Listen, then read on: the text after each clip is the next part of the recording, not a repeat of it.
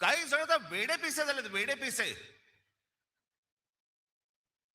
त्या दिवशी मला कळलं, कोणीतरी एकाने छाननीच्या वेळेला, म्हणजे ते फॉर्म भरायची तारीख, मुदत निघून गेली होती फॉर्म भरायची. छाननीच्या वेळेला समोरच्याचा एबी फॉर्म घेतला आणि गिळून टाकला. बरं, वेळ नव्हता, दिवसही नव्हते. एखादा दिवस मिळाला असता तर सकाळी बाबा वाट तरी बघता आली असती त्याची, की एबी फॉर्म बाहेर येईल, बाहेर येईल, बाहेर येईल, मग नंतर फॉर्म भरू. ती वेळ नाही दिली.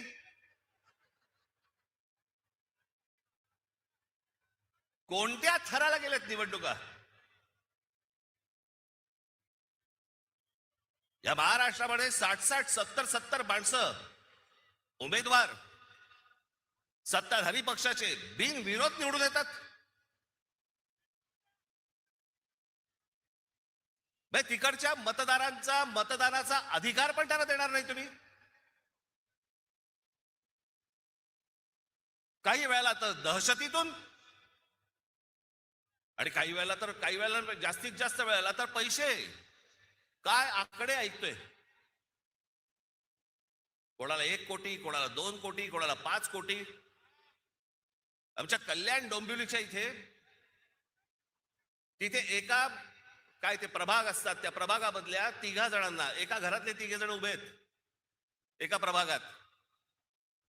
काय ऑफर झाली असेल तुम्ही कल्पना पण नाही करू शकत.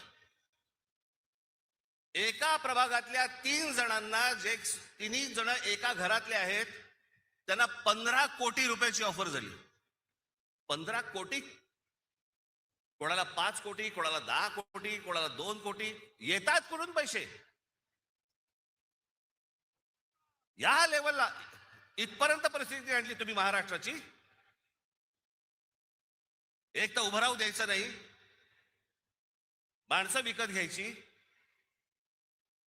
भीती घालायची, दहशत निर्माण करायची, आणि अशा वातावरणामध्ये तुम्ही निवडणुका घ्यायला बघताय. मला समजलंच नाही. या इथे नाशिकमध्ये पण भारतीय जनता पक्ष, अहो तुमच्याकडे माणसं होती ना, जुनी काम करणारी माणसं होती ना.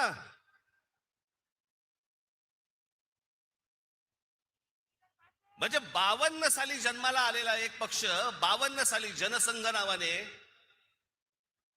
त्यांना 2026 ला पोरं भाड्याने घ्यावी लागतात.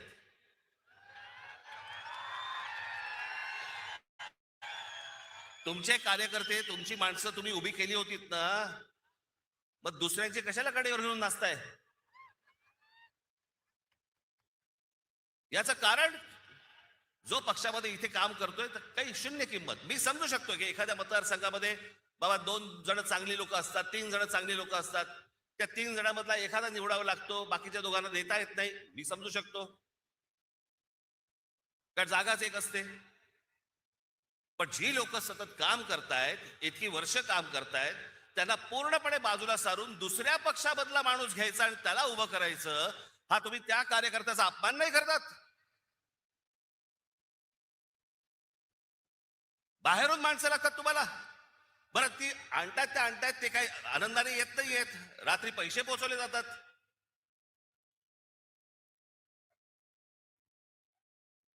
म्हणजे आमचे मित्र आता संजय राऊत आता म्हणाले, तपोवनातली झाडं इथे त्यांना छटायची त्या महाजनना.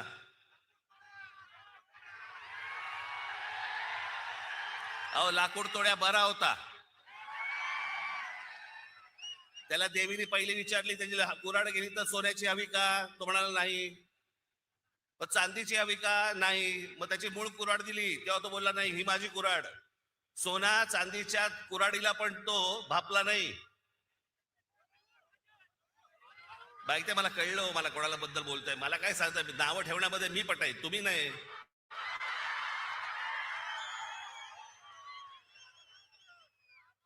पण झाडं पण छाटायची ना, पण झाडं छाटायच्या अगोदर स्वतःच्या पक्षामधले कार्यकर्ते छाटले.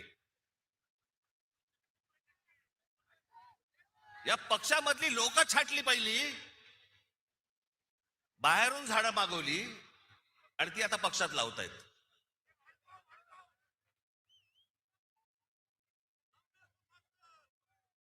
ही कोणती परिस्थिती, हे कोणतं राजकारण, हे कोणत्या निवडणुका चालू आहेत महाराष्ट्रामध्ये?